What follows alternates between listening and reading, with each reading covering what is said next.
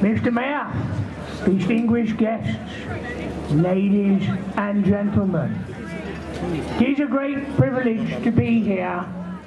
I must say that I very, very much concur with the previous speakers.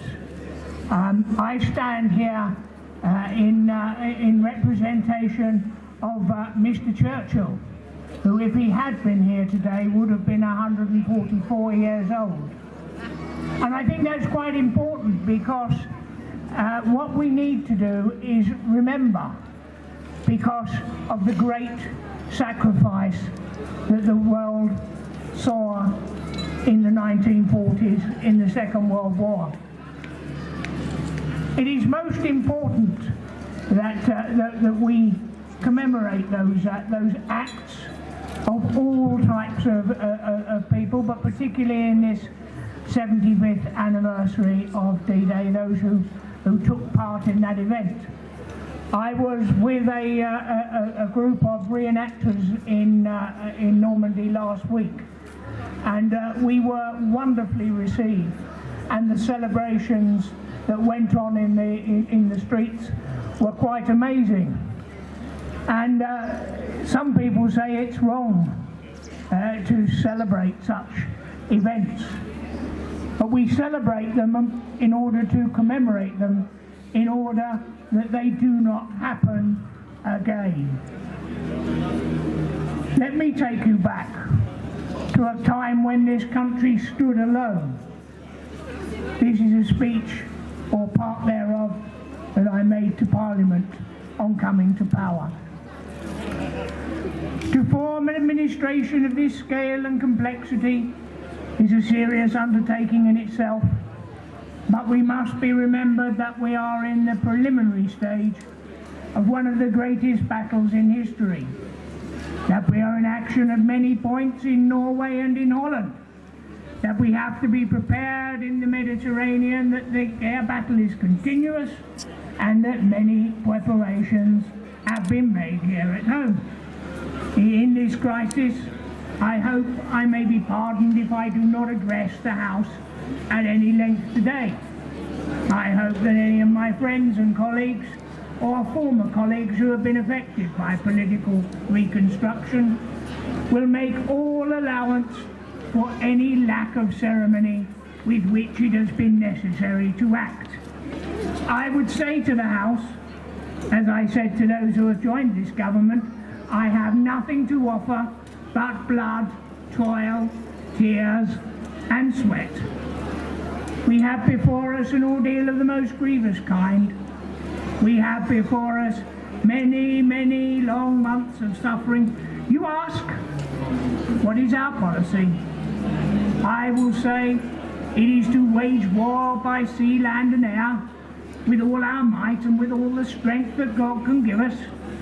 To wage war against a monstrous tyranny never surpassed in the dark, lamentable catalogue of human crime. That is our policy. You ask, what is our aim? I can answer in one word: victory. Victory at all costs. Victory in spite of all terror. Victory, however long and hard the road may be. For without victory, there is no survival.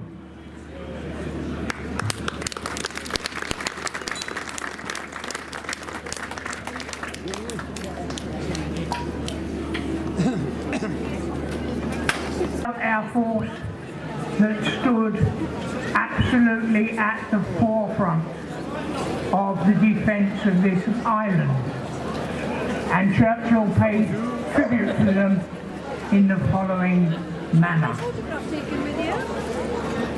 The great air battle which has been in progress over this island for the last few weeks has recently attained a high intensity.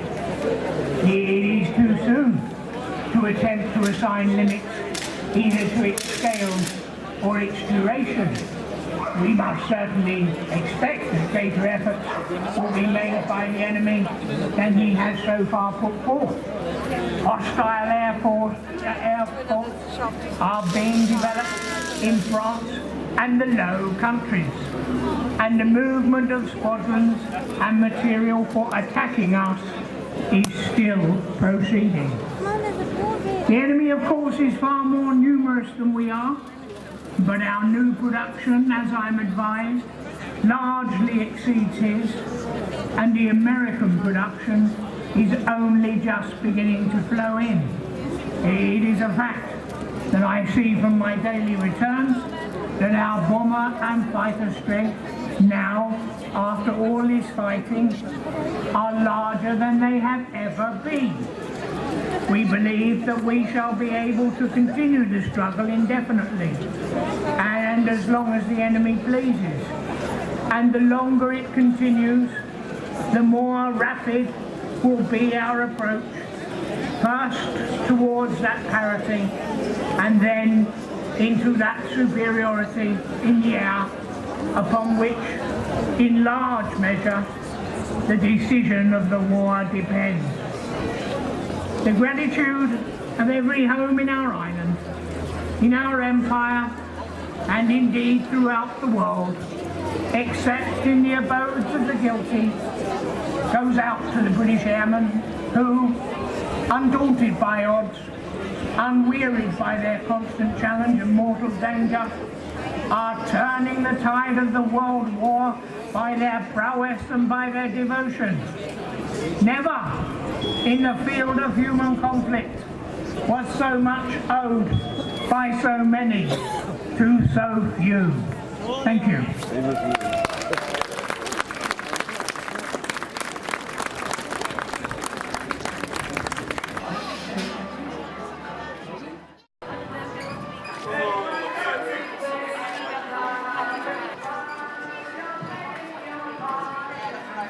Actually, look, the part. Thank you very much.